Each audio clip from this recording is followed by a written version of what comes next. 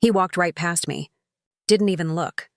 My own grandson, the boy I used to rock to sleep when he cried at night. He didn't see me. Or maybe he did, and just didn't want to. Either way, the world stopped right there on that street corner. And then, he saw what I was holding. I'm glad you're here to listen, because I never thought I'd tell anyone this. It's not a story about pity. It's about truth. The kind that hurts first, then heals later. If you're lucky, let me take you back. To before the sidewalk became my home, before cardboard turned into my bed. To the time I was still Grandma June, the one who smelled of cinnamon and soap, who kept extra cookies for when the grandkids dropped by. That was years ago. Not even that many if you count right. But sometimes, a few bad turns and one broken heart are all it takes to erase a life you built over decades. I used to live in a little house on the west side of the city. 2 bedrooms, pale green shutters, a porch that creaked every time the wind blew. It wasn't much, but it was mine. My husband Walter had passed 5 years before all this.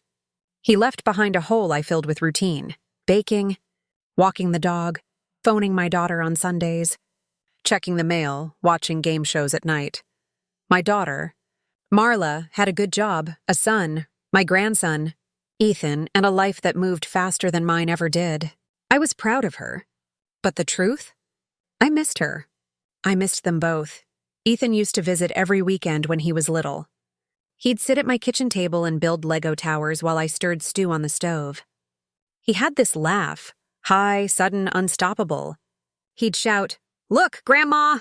It's taller than me!" And I'd clap like it was the best thing I'd ever seen, which at that time it really was. Then, as kids do, he grew up. Visits turned to phone calls, then to texts, then to silence. I told myself that was normal. Kids get busy, lives get full. But there was one thing I couldn't shake. Every time we did talk, I felt a space between us. A pause before he said, "Love you," like he was waiting to see if I'd say it first. Still, I didn't complain. I was just grateful he was out there living a life I could only dream of for him. It started slow. The fall. It always does. After Walter's death, I'd been getting by on his pension and a bit of savings. But when the company he worked for folded, they stopped paying out the survivor benefits. Some kind of legal issue I didn't understand. I tried to fight it, but the paperwork was endless, and I didn't have the strength or the money for lawyers. Then came the medical bills. High blood pressure, arthritis, a broken wrist from a fall. Each visit took another bite out of what little I had left. When I couldn't keep up with the house repairs, I sold the place. Thought I'd rent something smaller, closer to the bus line, except the rent went up every year and my check stayed the same. One eviction notice later, I was out. The first night I slept in my car, I told myself it was temporary. I even packed sandwiches, like it was a road trip. But after a week, I realized I didn't have anywhere to go. You never think it'll happen to you. Homelessness. It sounds like a word for someone else. Then suddenly, it's your reality. You're in it, and nobody wants to look at you anymore. The city at night is a different kind of lonely. There's noise, sirens, traffic, shouting, but it all happens around you, not with you. You become invisible, a ghost standing still while life rushes past. I learned where to park without being bothered, where the soup kitchens were, how to wash up in public restrooms without drawing attention. You adapt, because you have to, but nothing prepared me for the day Ethan saw me. Or almost didn't. It was a Sunday afternoon, cold and bright. I was standing outside the grocery store where they sometimes let me sit and rest.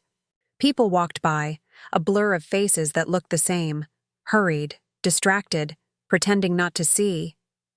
And then, out of nowhere, I saw him. My grandson.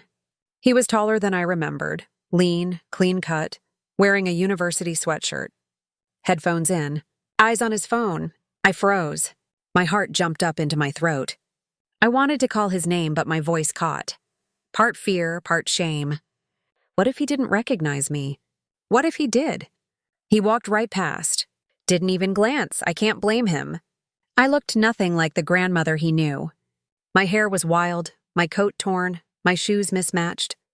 Even my voice when I finally whispered his name, Ethan, sounded like someone else's. He kept walking, and I stood there, watching his back disappear into the crowd, until something happened. He stopped. Turned around.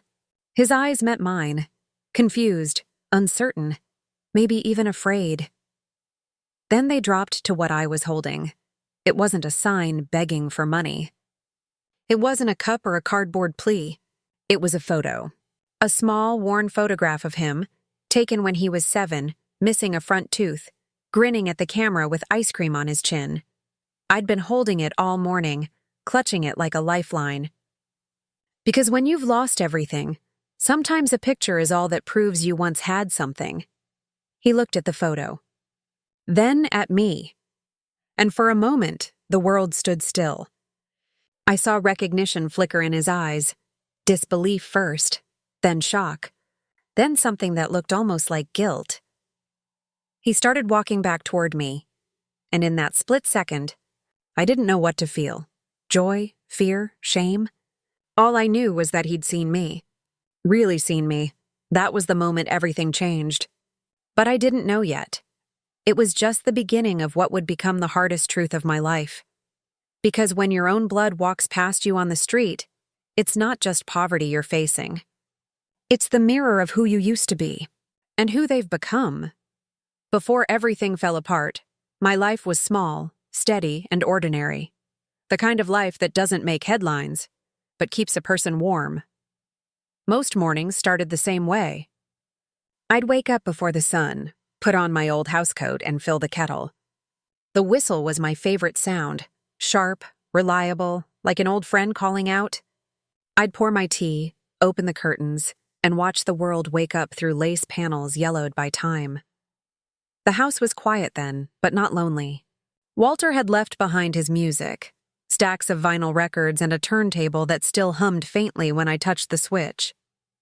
Sometimes I'd play the old ones, the jazz records, and I'd swear I could still feel him tapping his foot from somewhere just out of sight.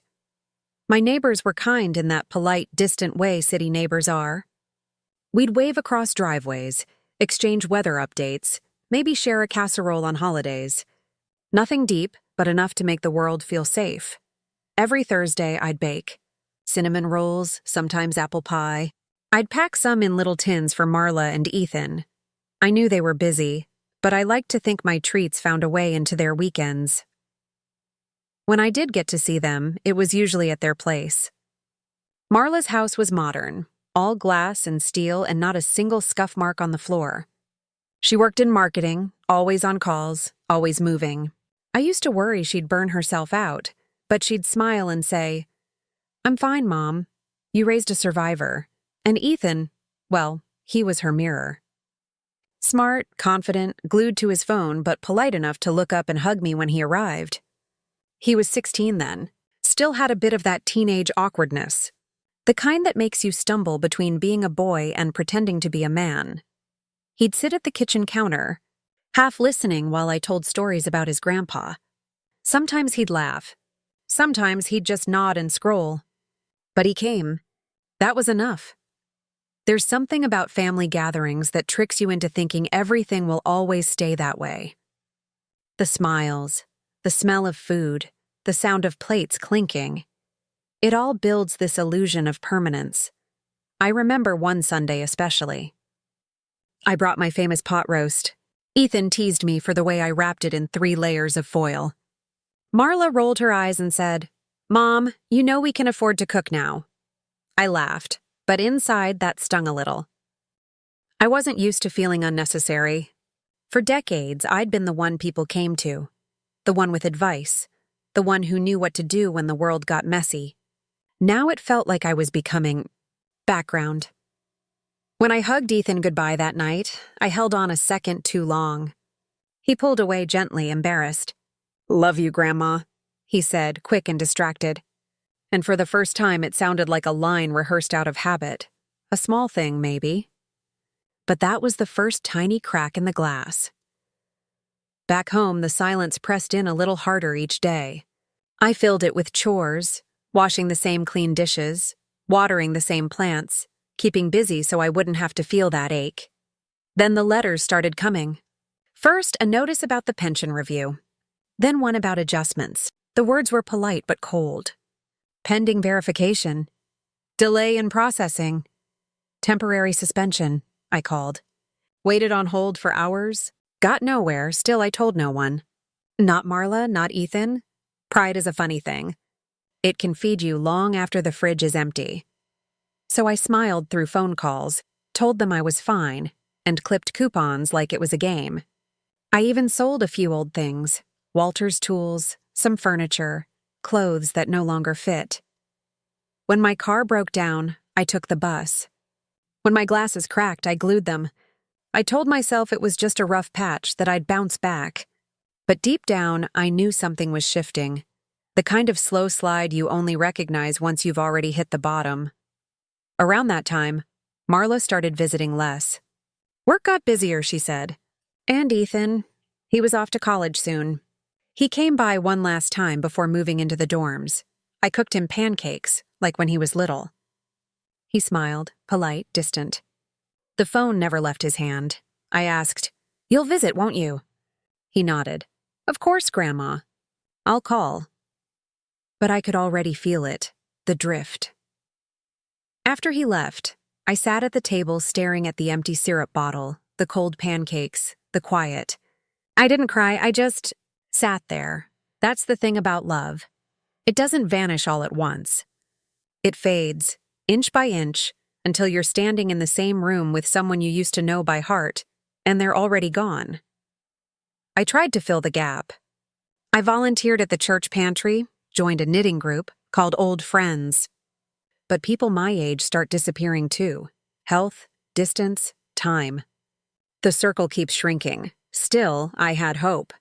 I believed in family. I believed in the bond between a grandmother and her grandson. Until one afternoon, while sorting old papers, I noticed something strange. A letter from the bank, dated months earlier, that I didn't remember opening. Outstanding balance, it said. Fees, late charges. Account frozen, my stomach twisted. I'd been paying what I could, but something didn't add up. I checked the statements. One payment was missing, then two, then more. The amounts withdrawn didn't match the receipts I'd kept. At first, I thought it was my mistake. I was getting older, maybe I'd forgotten. But when I looked closer, the handwriting on the withdrawal slips wasn't mine. That was the first real warning sign. I didn't know it then, but it was the thread that, once pulled, would unravel everything.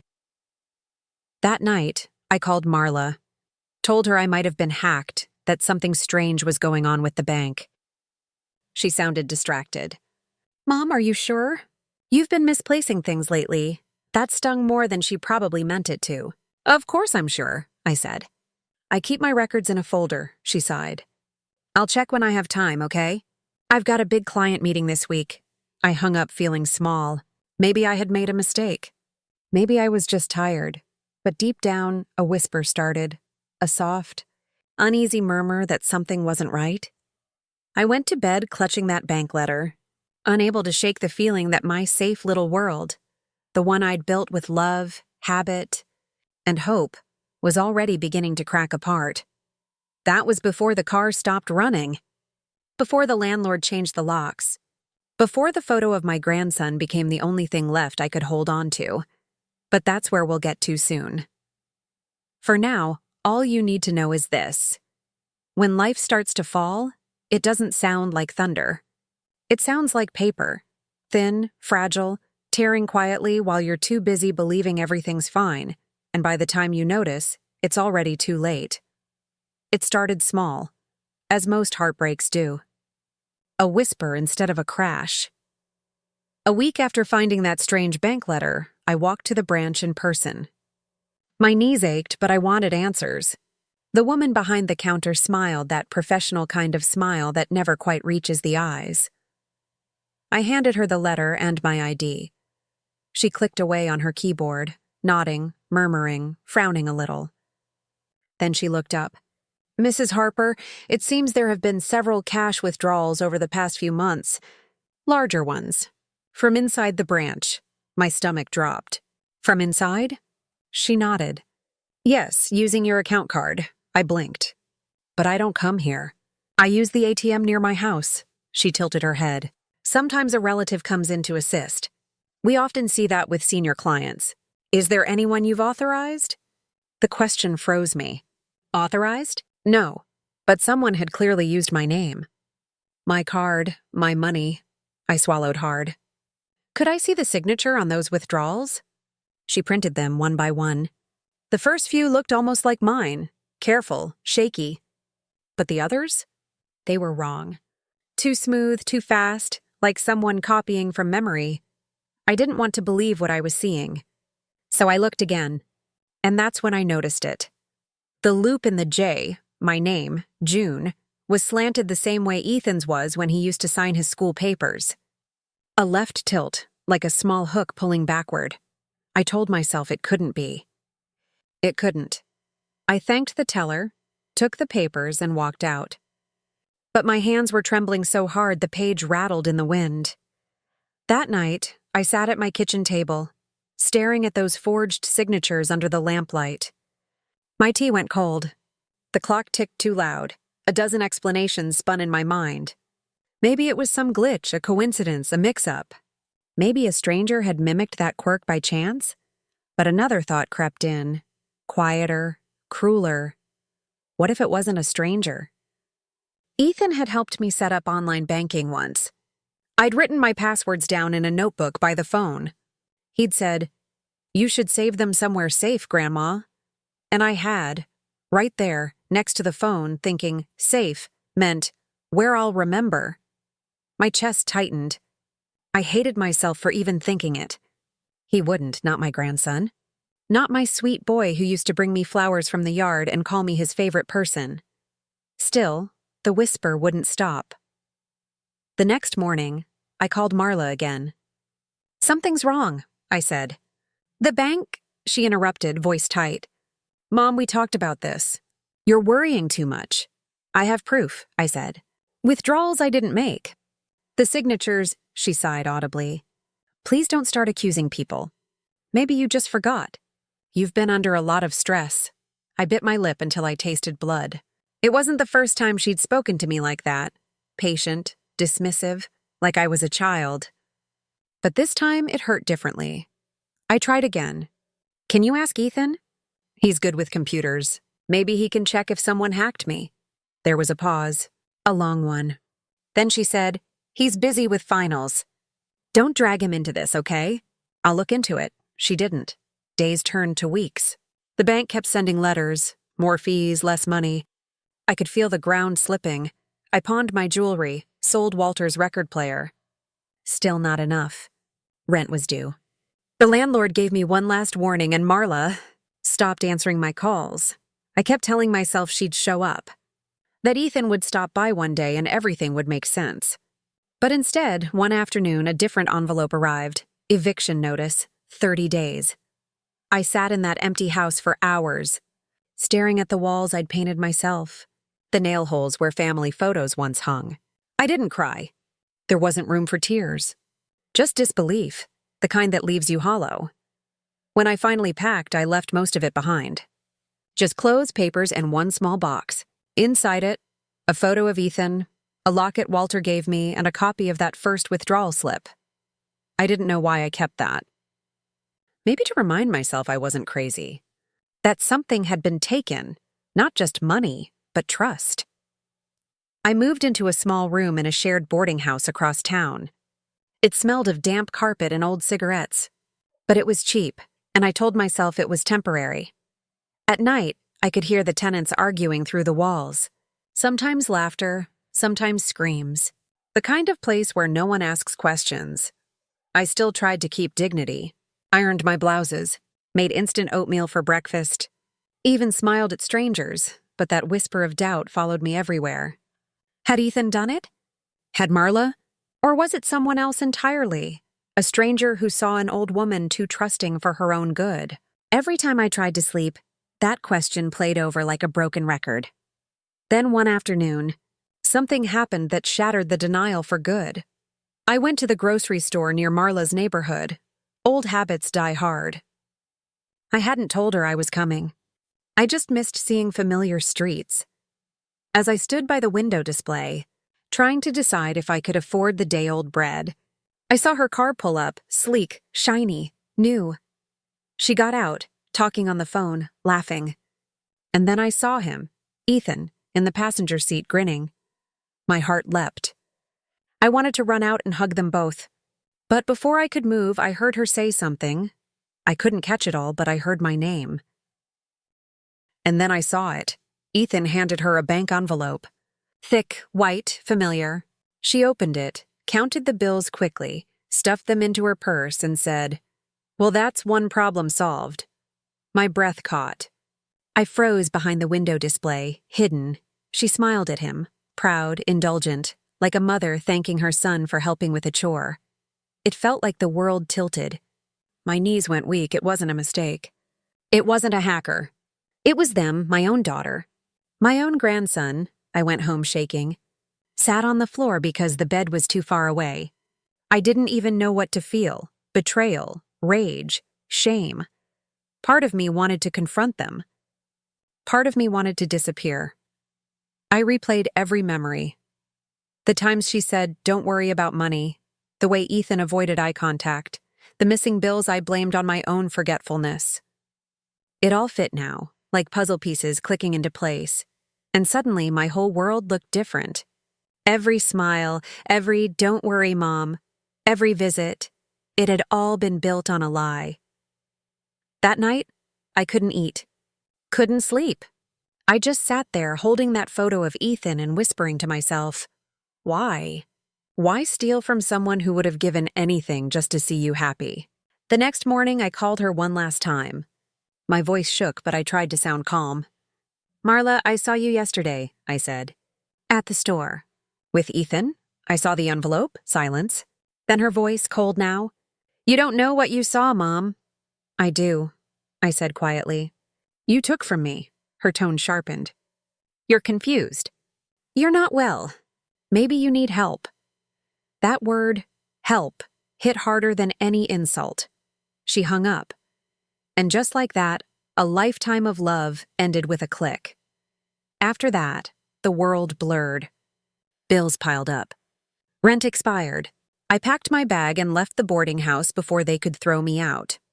I remember locking the door and looking back at that tiny room, my last roof, and thinking, so this is it. This is how it happens. One small lie, one missing signature, and you're nobody. That was the day I stepped onto the street for the first time as a homeless woman.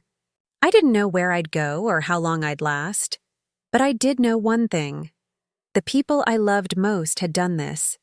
And sooner or later, they'd have to face what they'd done, because no matter how deep you bury guilt, it always finds its way back to the surface, and I was done being silent. The days after that call were a blur. I drifted through the city like a ghost that hadn't realized it had died. I kept replaying Marla's voice in my head. "You're confused. You're not well." It echoed until I started to doubt myself again. Was I really losing it? Had I imagined the whole thing? I wanted proof. Real proof. Something solid enough to crush the doubt, and the guilt that came with even thinking my family could do such a thing. So I started searching. I didn't have much left, but I still had my bag, the one with Walter's locket, Ethan's photo, and those withdrawal slips. I walked to the public library, where they let anyone use a computer if you signed the log sheet. The woman at the desk gave me a look, the kind that lands somewhere between pity and annoyance. But she didn't stop me. I sat down, logged in, and pulled up my online banking. The screen flickered. My hands shook so badly I could barely type. There they were. The withdrawals. Dozens of them. All from the same branch, all within the same few months, each for a few $100s. Small enough not to trigger suspicion, big enough to bleed me dry. Then I clicked Statements. I scrolled down. And there, plain as day, was an account linked to mine, a transfer account. With Marla's name on it. I stared at it until my vision blurred. There it was, the truth. Not imagined, not confused, not some senile slip. She'd done it. My own daughter had stolen from me. I printed the page. It cost 50 cents. I used the last of my change.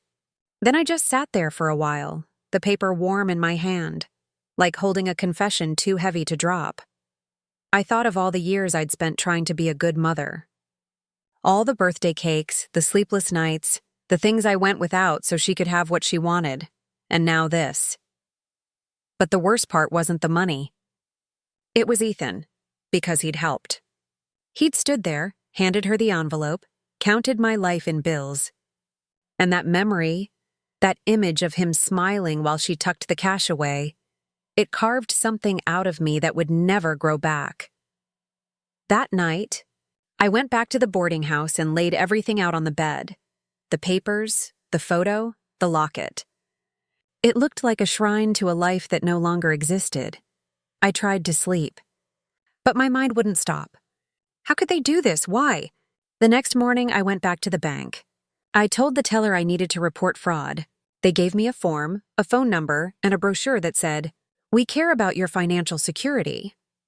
But when I mentioned that the suspect was family, the woman's expression changed. "Well," she said carefully, "family disputes are difficult. If you've shared your account information, it may not qualify as fraud." Even if they forged my signature? She hesitated. If you willingly gave them access at any point, it could complicate things. I realized what she was really saying. We can't help you. To them, I wasn't a victim. I was just an old woman who'd made the mistake of trusting the wrong people. So I tried the police next. The officer at the front desk looked tired before I even started. I showed him the papers, the printed statements. He nodded politely, wrote a few notes, and said, "We'll file it, ma'am. But honestly, if it's a family issue, you might want to handle it privately." "Privately?" I said. "They took everything I have." He sighed. "These cases rarely go anywhere without concrete evidence. And it sounds like you might have let them help you with your finances before." That muddies the water. I could feel the heat rising in my face. "So they just get away with it?" He looked down, almost embarrassed. "I'm sorry, ma'am, sorry. That word again. It's amazing how useless it can sound when you've lost everything." That was the night I stopped trying to prove it to anyone else. Because no one cared. No one believed me. So I started writing everything down. Every date, every amount, every conversation. It wasn't much, but it was something. And deep down, I knew I'd need it someday. I didn't have justice. But I had the truth. And sometimes, that's enough to keep you alive. The money ran out faster than I thought. Without rent, I had to leave the boarding house. I packed what I could carry, left the key on the table, and walked away before dawn. The city was waking up.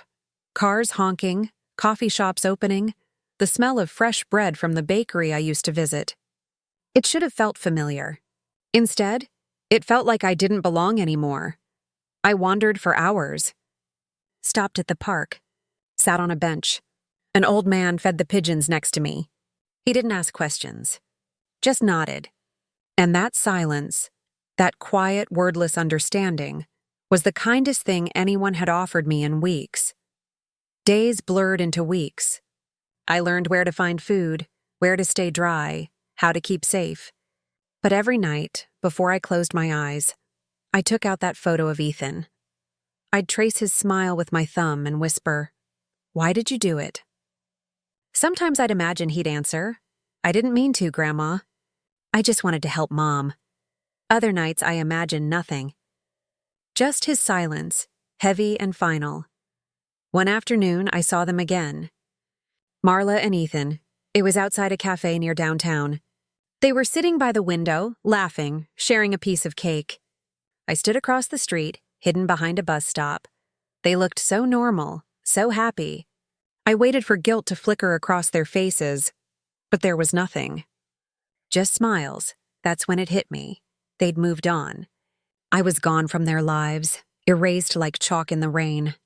They probably told themselves it was for the best. That I was old, confused, too proud to accept help. I wasn't a person to them anymore. Just a story they'd rewritten to make themselves feel better. That realization broke me in a way even losing my home hadn't. Because homelessness strips you of comfort. But betrayal? It strips you of identity. For days, I didn't speak to anyone. Didn't eat. Didn't move much. Just sat under the bridge near the bus station, listening to the hum of traffic overhead, thinking about all the small moments that had led here. The first time Marla borrowed money and never paid it back. The first time Ethan avoided my eyes. The first time I let something slide because love made me blind. I had ignored every sign. Because when you love someone, you'll do anything to keep believing they're good. And yet, even as my heart cracked, a small part of me still wanted to forgive them. I hated that. I hated that I still loved them. I thought of walking to their house, knocking on the door, and begging for an explanation, one that could somehow make sense of it all. But what could they possibly say? We needed the money? You wouldn't understand? Or worse, it's your fault for trusting us. No, I couldn't face that. So instead, I started writing letters. One for Marla, one for Ethan. I never sent them. I just needed to put the words somewhere. The first line of Ethan's said, "You broke my heart in a way I didn't think was possible." By the time winter came, I'd stopped expecting things to get better. But I held on to that one photo, the one I was holding the day he finally saw me again. It was the only proof left of the love that once was real. And as the days grew colder, that love was all I had left to keep me warm. I didn't know it then, but soon I'd stop feeling helpless. Soon the pain would harden into something else, something colder, sharper. Because sometimes, the only way to survive betrayal is to turn it into purpose. There's a moment, after enough pain, when something inside you goes quiet. It's not peace, not yet, but it's the end of breaking. I remember the exact night it happened. I was sitting under the overpass, wrapped in a blanket someone had left behind. The air was sharp enough to bite. Around me, other souls shuffled in the dark, coughing, muttering, pretending not to exist. A woman next to me was crying softly, holding a torn photograph of her kids. I stared at her for a long time, realizing how easily that could be me. Then I thought, it already is, except my kids weren't gone by fate. They'd chosen to leave, and suddenly something clicked. I couldn't keep being a ghost in their story. If they'd buried me in shame, I'd dig my way back, not out of vengeance, but out of truth. Because the truth deserved light, even if it came too late for love. The next morning, I walked to a nearby shelter that offered job training and mailboxes. They gave me coffee, a notebook, and a pen. I sat down at a metal table and started to plan. Not revenge, not yet. Just clarity. I wrote down everything I remembered. Dates, transactions, times I saw them, every word from that phone call. I added small details too. What they wore that day at the cafe, what I'd overheard, the sound of Marla's laugh when she opened that envelope. At first it hurt to write, but after a few pages the pain turned steady, focused, like cleaning a wound. When I was done, I looked at the list. Pages of memories that used to mean love now turned into evidence. I folded it neatly and slid it into the photo sleeve behind Ethan's picture. Then I whispered, "One day you'll see me for who I really am. Not what you turned me into." I found small jobs after that.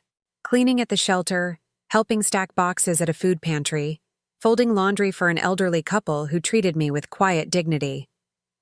They didn't ask where I lived. They just paid me in cash and leftovers. Each coin, each dollar. Felt like a piece of myself coming back. I saved up enough for a second-hand phone. Nothing fancy. Just something to check email, take photos, and write notes. It became my lifeline. Slowly, I started tracking them again. Not stalking, observing. Watching the life they built from what they'd taken. Marla had opened a boutique marketing firm. I saw her name in a local magazine, smiling, confident, standing in front of a gleaming office window. "Hard work pays off," the caption read. I stared at that headline for a long time. Then I smiled, a small, tired smile. Hard work does pay off, I thought, especially when you don't have to do all of it yourself. Months passed. I learned to survive, to adapt. The street teaches you things no home ever can. How to listen, how to read people, how to disappear in plain sight. I made friends too. Not the kind you share secrets with, but the kind who share food without asking. There was Curtis, who'd lost his job after an injury, and old Marie, who carried her cat in a backpack everywhere she went. They taught me that even in the lowest places, kindness still breathes. And with that kindness, something inside me began to rebuild. Not the same warmth I'd had before, but something steadier. A resolve. One evening, while sorting donated clothes at the shelter, I overheard two volunteers talking. They mentioned a free legal aid clinic that helped low-income seniors with fraud cases. The words hit me like a jolt. The next morning, I went. Sat in line for hours. When it was finally my turn, a young woman with dark circles under her eyes and a voice full of patience listened as I told her everything. I showed her the bank papers, the printouts, my notes. When I finished, she leaned back, silent for a moment, then said softly, "You've got more than enough to open a case." I blinked. "You believe me?" She nodded. Every word. That was the first time in months someone had said that. I nearly cried. She helped me file a report, a real one, with dates and documentation. She said it might take months, maybe longer, but it was a start. And as I walked out of that office, I realized something. I didn't need to scream anymore. I didn't need to prove my pain to anyone.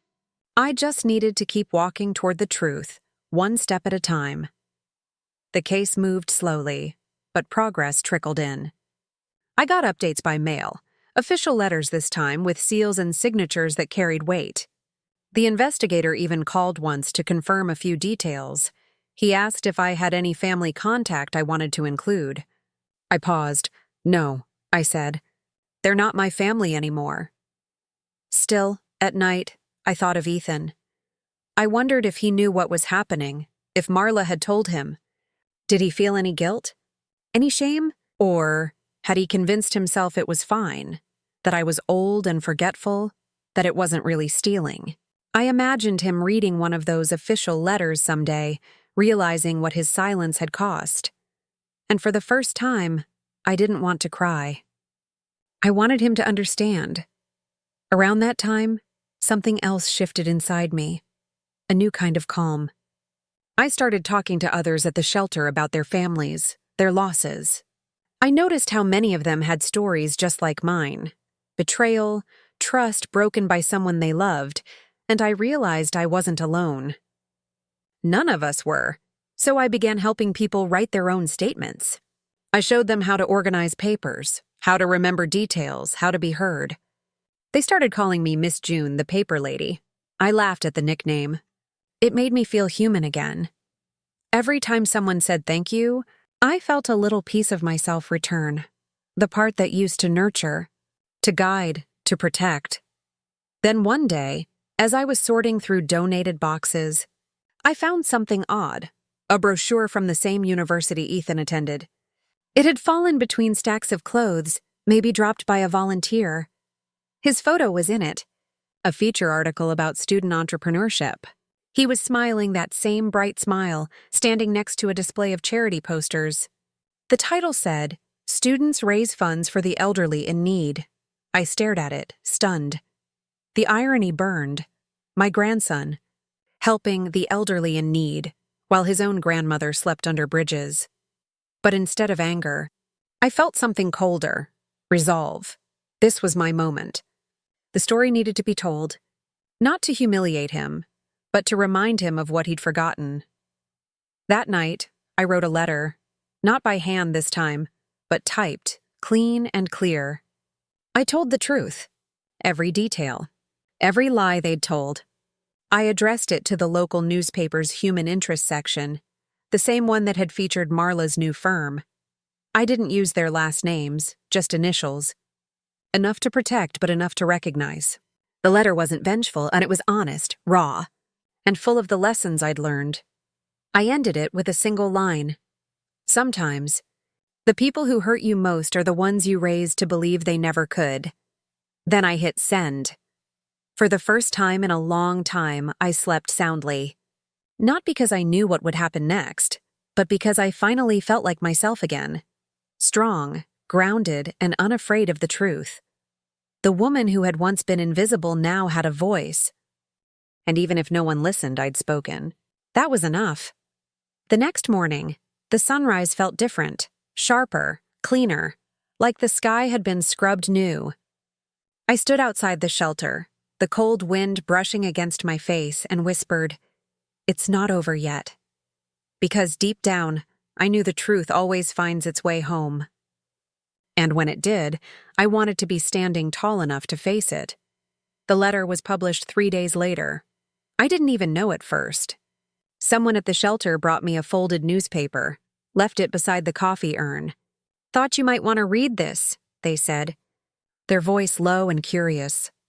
When I saw my words printed there, bold, black ink on soft gray paper, my breath caught. Confession of a Forgotten Mother. That was the title they'd chosen.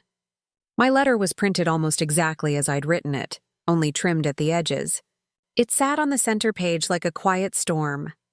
By the time I finished reading it, my hands were shaking. Not from fear, from release. Someone had heard me. The story spread faster than I ever imagined. The paper had an online version, and people began sharing it. I heard snippets from volunteers, from strangers standing in line at the soup kitchen. That story about the grandma and her family. So sad. Can you believe they did that? I'd never let my mother end up like that. The irony stung. But I also felt something else. Justice stirring, quietly. Like the first rumble before a storm. That same afternoon, a local news outlet called the shelter. They wanted to interview me. The director asked if I'd be willing. At first I hesitated. I didn't want pity. But then I thought, maybe this is what needs to happen. Maybe the truth has to be seen, not just read.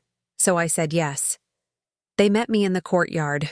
One reporter, one camera operator, both young and nervous. They offered me a blanket, but I told them I was fine.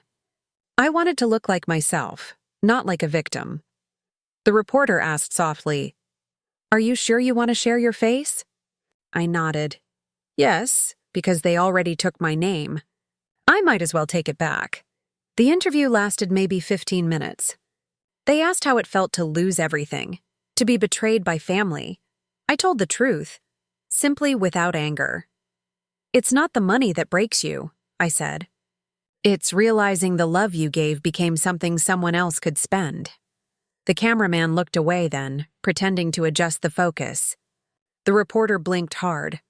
When it aired that night, they called me June H. to protect my privacy. But people knew, and so did Marla. The first message came the next morning. "An unknown number. Mom, what did you do?"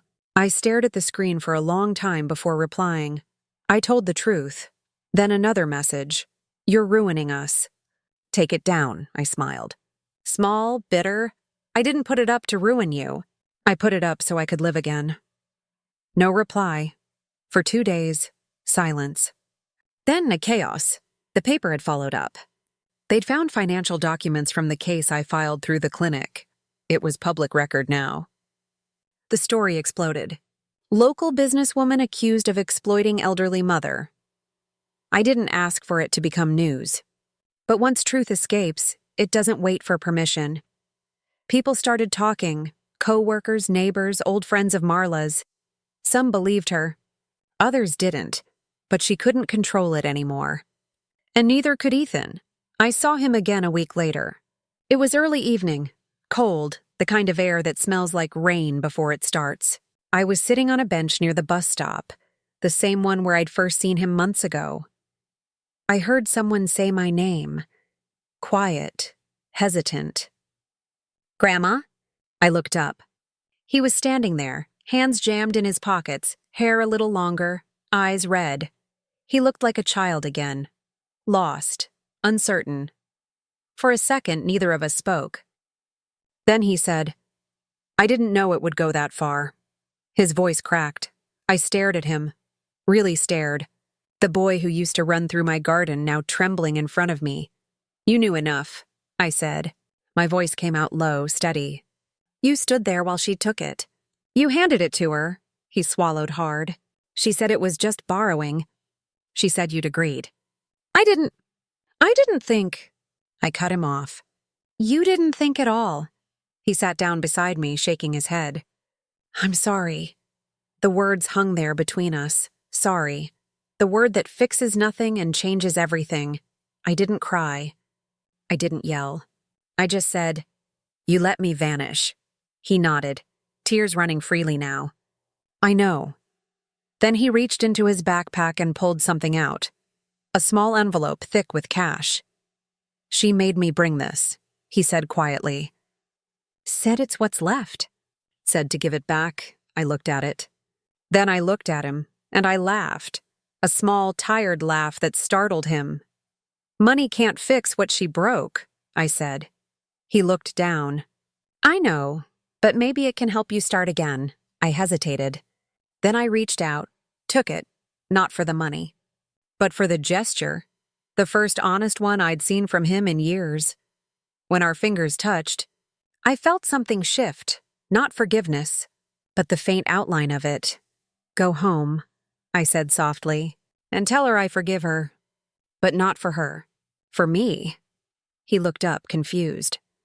"Because carrying hate is heavier than homelessness," I said, "and I'm too tired to carry both." He left soon after, head low. I watched him disappear into the rain, just like the day he'd walked past me. But this time, he'd looked back, and that was enough. 2 days later, the police finally called. The case had gained attention. They were reopening the investigation. They asked if I'd be willing to testify. "Yes," I said simply. I wasn't afraid anymore. Not of them, not of judgment, not of being seen. When the hearing came, it was small. Just a few officials, lawyers, and the two of them across the room. Marla wouldn't meet my eyes. Ethan sat beside her, pale, silent. The investigator asked me to recount everything. I did, calmly, precisely. When I finished, the room was quiet. The judge leaned forward. "Mrs. Harper," he said, "I believe you." Those words, "I believe you," felt like the first real home I'd had in years. They reached a settlement. Marla had to repay what she could and publicly apologize in writing. I didn't care about the money anymore. But when the apology was printed, just a few lines, stiff and formal, I clipped it from the paper, folded it, and slipped it behind Ethan's photo. Not as proof of victory, but as closure. Because truth, once spoken, doesn't need to shout. It just needs to stand. That evening I went back to the shelter. The sky was pink and silver, the air cool. Curtis and Marie waved as I walked up. Someone had left a pot of stew on the stove. We sat together eating quietly, laughing about small things. For the first time in a long time, I felt like I belonged, not to the life I'd lost, but to the one I'd earned by surviving. Later that night, I stepped outside. The streetlights buzzed faintly. Across the road, in a puddle, I saw my reflection. Older, thinner, but alive. I thought of all the people who'd walked past me, eyes averted. And I thought of Ethan, stopping at last, when he saw what I was holding. That small photograph, torn at the corners, faded, fragile, had carried me through everything. It wasn't just a reminder of who I'd lost. It was proof of who I still was. And now, after all of it, I could finally let go. The truth was out. The silence was over, and for the first time, the sound of my own heartbeat felt like home. After the hearing, life didn't change overnight. It never does. There were no headlines shouting redemption, no grand reconciliation scene where everyone cried and hugged. Just quiet days, one after another, and the slow, steady rhythm of breathing without panic. That was enough. The shelter helped me find a small apartment. Nothing fancy, one room, a tiny window, a shared hallway bathroom. But it was mine. My name was on the lease. That mattered more than I could ever explain. When I unlocked the door for the first time, I stood there for a long time, staring at the empty space. The air smelled faintly of paint and dust. The sunlight touched the floor like it was inviting me to start over. I set my bag down in the middle of the room. Inside was everything I owned: 2 shirts, a sweater, a few papers, and that same old photograph. I placed the photo on the windowsill. For the first time, I didn't cry when I looked at it. I just whispered, "You'll always be part of me, but you don't define me anymore." Then I opened the window, let the wind in, and just breathed. The months that followed were quiet. I got a small stipend from the settlement, and the shelter helped me find part-time work at a community kitchen. At first, being back in a kitchen felt strange, like stepping into a memory too soon. But after a while, the rhythm returned: chopping, stirring, tasting, serving. It reminded me of who I'd been before everything fell apart. The woman who fed people because feeding was her love language. I started smiling again without forcing it. The other volunteers were kind. Most didn't know my story, and I liked it that way. I was just Miss June, the lady with the steady hands and calm voice who made sure the soup never burned. Sometimes, when I served the younger ones, college students volunteering for credit, chatting about their lives, I'd catch echoes of Ethan's voice in theirs. It hurt a little, but it also made me grateful. Because I could still care. I hadn't lost that part of myself. Letters started arriving for me at the shelter's mailbox, strangers who'd read my story. Some thanked me for my honesty. Others shared their own pain. Children who'd been betrayed by parents, parents abandoned by their kids. Each letter reminded me that my story wasn't just mine. It was a mirror for thousands of quiet heartbreaks people never speak about. I started writing back, slowly, carefully. Not as a counselor, not as a victim, just as someone who understood. I'd tell them, "You can't undo betrayal, but you can survive it. You can build a new kind of peace, one that doesn't depend on the people who hurt you." And every time I mailed a letter, it felt like setting another burden down. Then, one morning, a different envelope came, handwritten. The return address smudged, but I recognized the handwriting immediately: Ethan. I held it for a long time before opening it. Inside was a short note. Just a few lines. "Grandma, I don't know if you'll read this. I don't deserve that much from you. I've left Mom's house. I'm trying to fix what I can. I want you to know I'm sorry, really sorry, and I want to see you when you're ready. I'll be waiting at the park bench where we first met again, Sundays at noon. Love, Ethan." My hands trembled. The park bench, that same corner where he'd walked past me the first time. I folded the note, placed it on the table, and sat for a while in silence. The old me would have rushed there immediately. But the new me needed time. Not to forgive, but to understand what forgiveness meant now. That Sunday, I didn't go. Nor the one after. But by the third, something in me shifted. I didn't want closure anymore. I wanted truth. The kind spoken quietly, face to face, with no pretending left. So I went. It was early spring. The air carried that mix of cold wind and sunlight that makes everything feel possible again. He was already there, sitting on the bench, shoulders hunched, head bowed. When he looked up and saw me, he stood instantly, his eyes wide, hopeful, terrified. I walked slowly. My heart pounded, but not from fear, from strength. We stood a few feet apart. For a moment, neither of us spoke.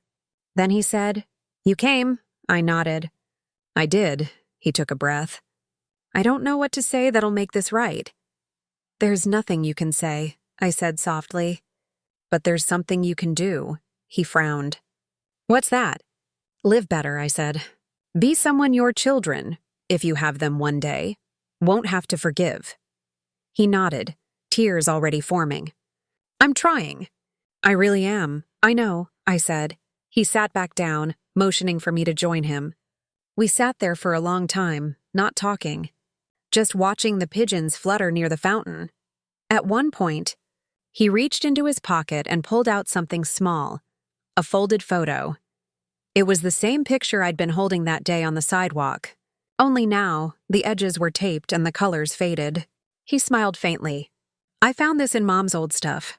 Guess I wasn't the only one who kept it. I didn't answer. I just reached out, touched the photo gently, then looked up at him.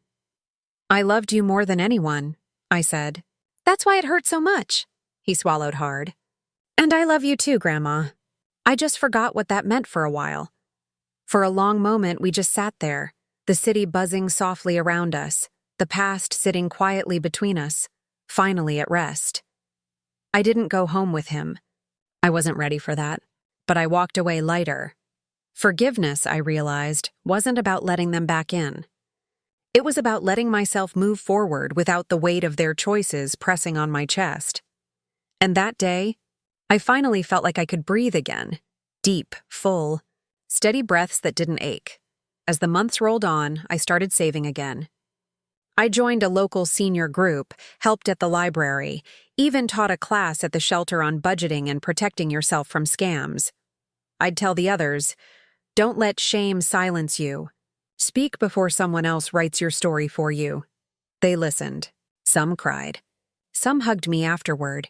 And every time, I felt that same warmth rise inside, the one I thought I'd lost forever. By late summer, I'd built something resembling a life. Not the life I once had, but something more honest, more my own. I had a home. I had work that mattered. I had people who saw me, really saw me, for who I was now, not who I'd been. And on Sundays sometimes, Ethan and I would meet at the park. No heavy talks. No apologies. Just two people sitting side by side, sharing silence, feeding pigeons. It wasn't perfect, but it was peaceful. Every now and then, I'd pass a homeless woman on the street, holding a cardboard sign or a shopping cart full of memories. I'd always stop, offer food or a few dollars, but also something else, eye contact, because I knew how much it meant to be seen. And sometimes, when our eyes met, I'd see myself reflected there, the old me, the broken me, the survivor. And I'd smile. The pain never fully vanished. It softened. It folded itself neatly into the corners of my heart, alongside the love that had once built everything I lost. But that's life, isn't it? You don't erase the past. You learn how to live beside it.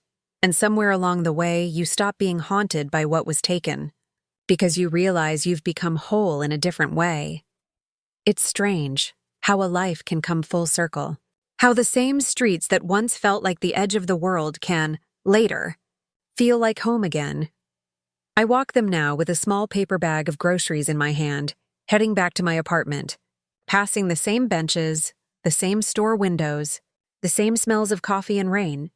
And every time I pass that corner, the one where Ethan walked by me without seeing, I stop for a second. Not out of pain anymore, out of gratitude. Because that was the moment everything changed. The breaking point that forced me to find myself again. Sometimes I still see him there on Sundays, feeding the pigeons, waiting with that shy smile that says he's not sure if I'll come. I always do. He brings me little things now. A flower, a pastry, sometimes just conversation. Nothing grand, nothing heavy. He asks about my work, my classes, my new friends. And once I asked him how Marla was doing, he said quietly, "She's trying. She's working through it." That's all I needed to hear, because healing isn't about punishment. It's about distance, enough distance to see things clearly, and enough courage to keep walking anyway. I used to think forgiveness meant pretending the past didn't happen. Now I know it means remembering, but choosing peace anyway. There's power in survival, but there's even more in gentleness after surviving. It's easy to become bitter. It's harder to stay kind. And if my story has any purpose, maybe it's that. To remind someone listening right now, someone who's been hurt by their own blood, that you can lose everything and still keep your heart, that you can be broken and still become whole again in a different shape. I keep the photograph still, framed now, next to my window. It's not a relic anymore, it's a reminder. That love, even when it fails you, once existed. And that counts for something. Sometimes I talk to Walter when the wind blows through the curtains. I tell him, "You'd be proud of me, you know. I didn't let them destroy me." And in those moments, I swear I feel a kind of warmth fill the room, like sunlight through old glass. I think he would be proud. There's a saying I heard once, back when I first started over. Pain is what teaches you to hold the light more gently. That's true. I used to hold everything too tightly. Family, home, money, memories. Now I know that love doesn't live in possessions or permanence. It lives in small acts, in patience, in truth, in showing up again after being broken. That's what I try to teach the others at the shelter when I volunteer now. I tell them, "You're not what happened to you. You're what you do next." And I believe it, because I lived it. When people ask me how I survived, I tell them the truth. I didn't. Not the person I was before. She's gone. But the woman who came after her, she's stronger, quieter, wiser. I had to become my own home, and maybe that's what real freedom is, when your sense of worth no longer depends on who loves you back. I still get letters sometimes. Some from strangers. Some from people I used to know who say they recognized my story in the paper. A few from older women who whisper that their own children have done something similar, but they were too ashamed to say it out loud. I always write back. I tell them, shame belongs to the ones who hurt you, not the ones who endured it. And I mean it with every fiber of my being. On my kitchen wall, I've taped a note that says, "The hardest part of the fall isn't hitting the ground. It's realizing how long you kept pretending you were flying." That was me once. Pretending everything was fine, ignoring the cracks, smiling through the lies. But now, I don't pretend anymore. And it's the most peaceful feeling I've ever known.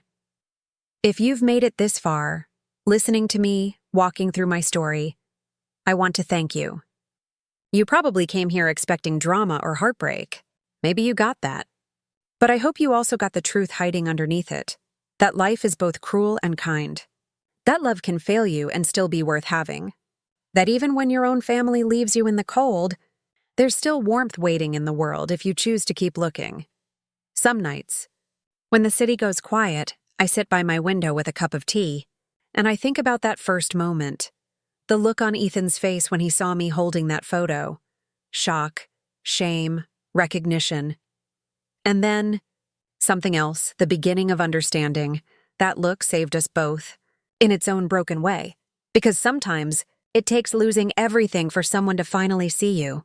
And sometimes being seen, even once, is all it takes to start again.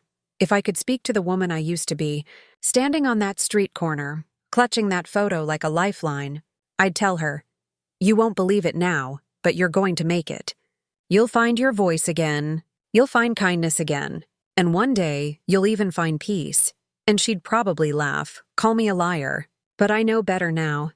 Because peace doesn't come from getting back what you lost. It comes from finally realizing you don't need it to live. So if you're listening to me right now, wherever you are, whoever you are, remember this. Even when the people you love forget you, the world hasn't. Even when you're invisible, your story still matters. And even when everything you built turns to dust, you still have the power to rebuild yourself from it. One truth, one breath, one step at a time. Did you like my story? Please like and subscribe and tell me in the comments where you're listening from. I want to know how far this story of mine travels, because maybe, just maybe, it'll reach someone who needs to hear that it's not too late. It's never too late to begin again. Love can break you, but truth will rebuild you, if you let it.